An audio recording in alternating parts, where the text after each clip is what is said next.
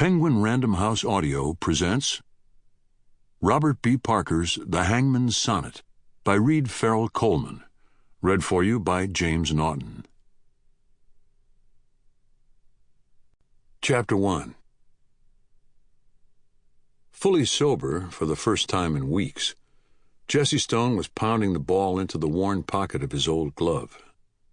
As he slammed the ball into the glove over and over again, he stared out his office window at Styles Island and the morning sunlight reflecting off the dark blue waters surrounding it.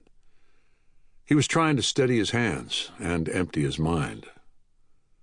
Some men prayed the rosary, some meditated. He wasn't one to overthink things. At least he hadn't been until Mr. Peepers had shot Suit. Jesse could trace his self-doubt and second-guessing back to that bloody day.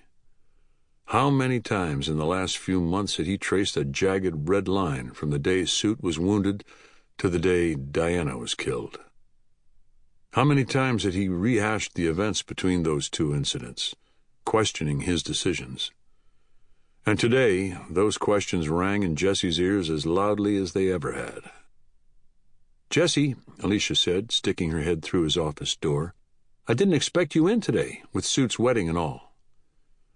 He didn't turn around, but stopped pounding the ball. "Just making sure things are in place, with most of us scheduled to be at the wedding." The truth was that he hadn't slept more than a few hours last night, nor did he want to be alone in his house with his memories and doubts. "We'll be fine. Nice tux," she said, noting Jesse's outfit hanging from his coat rack. "Thanks." He turned slightly, smiled. "What did you come in here for, anyway?" "Since you're in, there are some people here to see you. Should I send them in?" He cursed under his breath. He was desperate for a drink, but was duty-bound to stay straight for the rest of the day. "Who?" "Roger Bascom." "Send him in." "He's not alone. He's got two other people with him." "What two other people?" he asked, his voice edgy, impatient. Alicia shrugged. "Bascom didn't bother introducing them, but one of them is stunning. She's dressed in a few $1,000 worth of clothes and jewelry. Her Christian Louboutin shoes and her makeup alone cost more than I make every 2 weeks. Believe me, Jesse, she'd get your attention if she was dressed in a potato sack." "The third member of the party?" "An older man, well-dressed, but he reminds me of a used car salesman."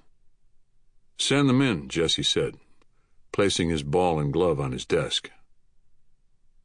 Roger Bascom was the head of private security for Styles Island.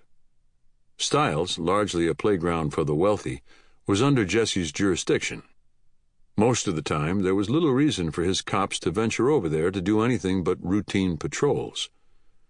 Early in Jesse's tenure, there had been a failed assault on the island by a gang of thieves, during which the bridge to the mainland was blown up, and several cops, guards, and criminals had been killed.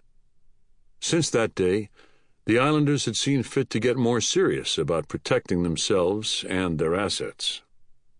Over the years, there had been a gradual upgrading of security in terms of both personnel and equipment. Jesse didn't have much use for Bascom, a lean man with a military brush cut and a chilly demeanor. He took himself a little too seriously for Jesse's taste. Dealing with him was like dealing with a household appliance, only less enjoyable. But Jesse wasn't paying much attention to Bascom when the trio walked into the office. Alicia's assessment of the woman with Bascom was spot on. She wasn't yet 30, drop-dead gorgeous, with hair that shone in the light like a blackbird's feathers in the sun. She had intense green eyes flecked with gold, beautiful eyes, but intelligent and assessing. She had goddess cheekbones and a thin, sculpted body that was only enhanced by the cut of her suit, the height of her heels, and her taste in jewelry. Alicia had gotten it right about the third member of the party as well. In his 70s, too tanned, with a head of wispy Einstein hair, he wore a light brown suede jacket over a white silk shirt, the open collar of which exposed a tangle of furry white chest hair. He also had on expensively ripped jeans and running shoes. Jesse stood and got a third chair to add to the two that permanently faced his desk. He asked all three to sit and then went behind his desk. He sat too, keeping his shaky hands out of sight. He nodded. "Roger, what's going on?" "Chief Jesse Stone, meet Bella Lawton and Stan White." The chief prefers to be called Jesse. Bascom made a disapproving face. Jesse ignored that and nodded to them. He saw that Bella Lawton's eyes focused on his baseball glove. Bascom noticed her notice. Chief Stone was a professional baseball player, in the Dodgers system, I believe.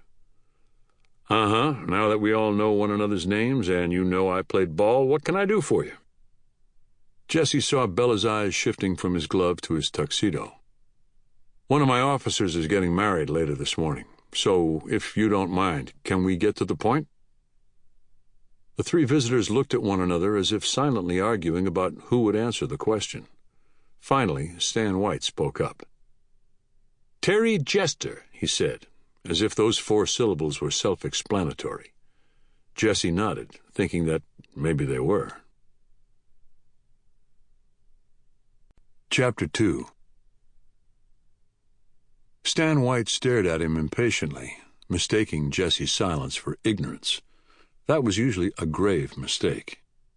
Jesse didn't mind. He knew that in most situations it was better to be underestimated, and cops were always being underestimated. Still, Jesse kept quiet. Silence could be a cop's best friend. He enjoyed watching White squirm. As he did, he took sideways glances at Bascom and Bella. Bascom was his usual unreactive, Frigidaire self. Bella was trying, unsuccessfully, not to smile, and her smile did nothing to damage Jesse's opinion of her looks. White had had enough of Jesse's silence and repeated himself, only louder. "Terry Jester. You've heard of Terry Jester, haven't you?" "Who?" White thought that if he kept repeating Jester's name over and over, it might get through to Jesse. He stood up, wagging his finger at Jesse. "Terry Jester! The Terry Jester!" Jesse shrugged and tilted his head like a confused puppy. "Sorry, I got nothing." White turned to Bascom. "Is this guy for real?" "Relax, Stan," Bascom said, shaping his mouth into something that passed for a smile. Bella said, "I think Chief Stone, Jesse, is, I believe the technical term would be busting your balls. Is that right?" If she was trying to make a good impression, she was doing a hell of a job. Jesse laughed his first meaningful laugh in months. "I'm sorry, Mr. White. I know who Terry Jester is. I played ball. I didn't live in a cave. Folks around here call him the Boston Bob Dylan." But instead of calming down, White was apoplectic. "Bob Dylan isn't fit to kiss Terry's tuchus. Until Terry went into semi-retirement, their record sales were about the same. And as a poet, Dylan couldn't hold a candle to Terry. Dylan the genius. Get out of here. You want to see where Mr. Tambourine Man comes from and all those swirling, rapid-fire words from Zimmerman? Go get yourself a copy of Mexico City Blues, for Christ's sakes. Terry Jester never had to rip off Jack Kerouac." "Take it easy, Stan," Bella said, grabbing his forearm and urging him back into his seat. She turned to Jesse. "You'll have to forgive Stan. He's been Terry's manager for... how long has it been?" 53 years. White puffed out his chest, a wistful look in his eyes. "We were just 2 kids, Terry and me, bumming around Greenwich Village then, not even 18. We didn't have 2 nickels to rub together, but we did gigs, had fun. I could sing a little, write a little, but Terry, he had the magic. He had the gift, the looks. Me, I had business sense, and some family connections. One thing led to another, and..." Jesse said, "All very fascinating, Mr. White. But Stan, please." His agitation was suddenly replaced by a winning smile and polite charm. "Please, forgive my outburst.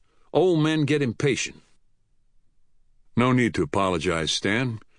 But what has all this to do with the Paradise Police Department?" White said, "It'll be all over the local media soon about Terry and the album, so we thought we should give you a heads up is all." White had leaned forward and whispered the words, "the album," like he was giving Jesse top-secret information. That got Jesse's attention. The album? White. Sample complete. Ready to continue?